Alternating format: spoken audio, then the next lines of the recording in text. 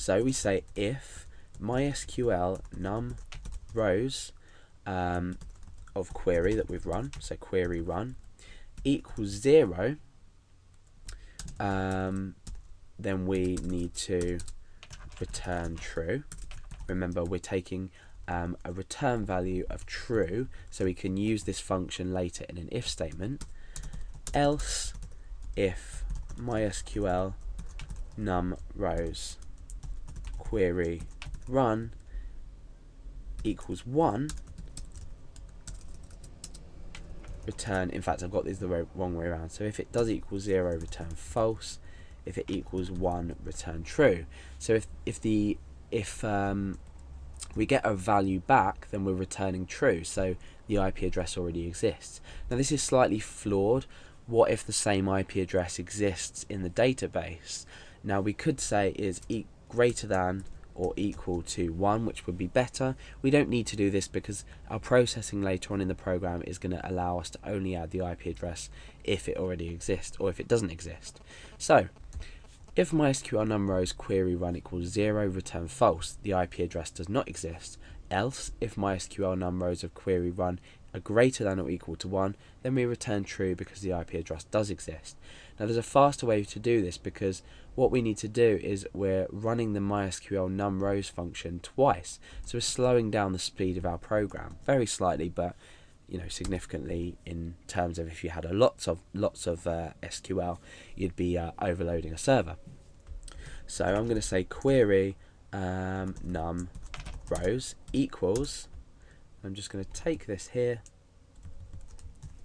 and put it into a variable in itself. So we're only running this once, and then what we can do is delete this as well and say query num rows query num rows. That's just a little tip for when you're using lots and lots of things like this. Don't include these in if statements or anywhere else or in any loops. Create them in a separate variable first. So now let's check if this works. So down here we can say if IP exists, and then we specify a user IP in here, do something, otherwise do something else. So if IP exists, remember we're supplying user ID, this will be equal to 127.0.0.1.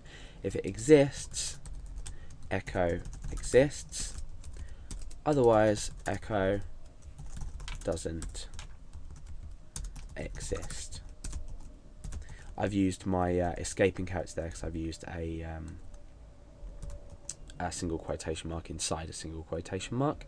Let's refresh the page and see what happens. Exists. Now this is telling me that my current IP exists in the database, which it does. Now let's delete that from there manually. Come back to the page and refresh, and it says doesn't exist. So our program is working.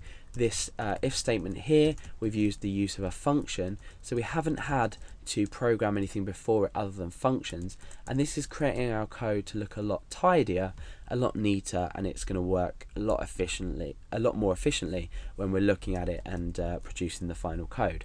So now we've got everything we need. All we need to do is we need to perform this if statement, and we need to just say if the IP doesn't exist, then increase the counter.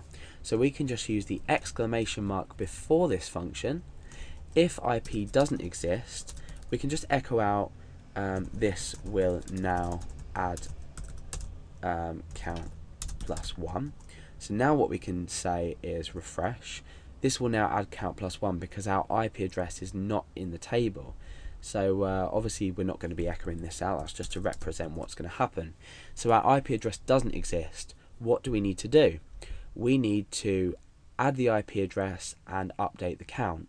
So all we simply do is update count and add IP. Or is it IP add? Yeah. IP add user IP. And that's it. This line has incorporated our this piece of code rather, has incorporated our 3 functions, and it's put them, it's first of all made a check using a function, Then it's updated the count using a function, and then it's added our IP address. So now let's check if this works. I'm going to add just a header down here, just to make everything look pretty. Well, not pretty, but just so we know that there's content on our page. So let's look at the database. Hits count currently is equal to 0, and hits IP currently doesn't have any rows in. You can see that I've got this like red little white arrow with a red circle around it. So now let's refresh the page. We've got my page up.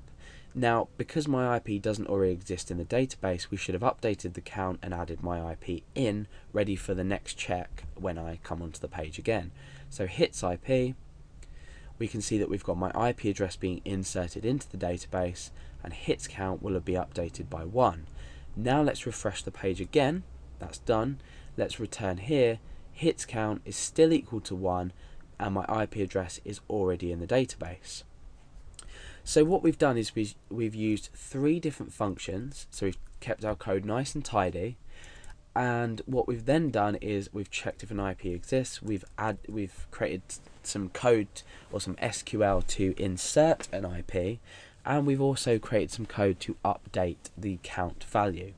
Now, like I said before, this isn't the quickest and easiest way to do this, but the amount of time we've spent developing certain parts of it means that you know exactly how to do things the long way round. Therefore, when it comes to working the short way round, you'll be absolutely fine.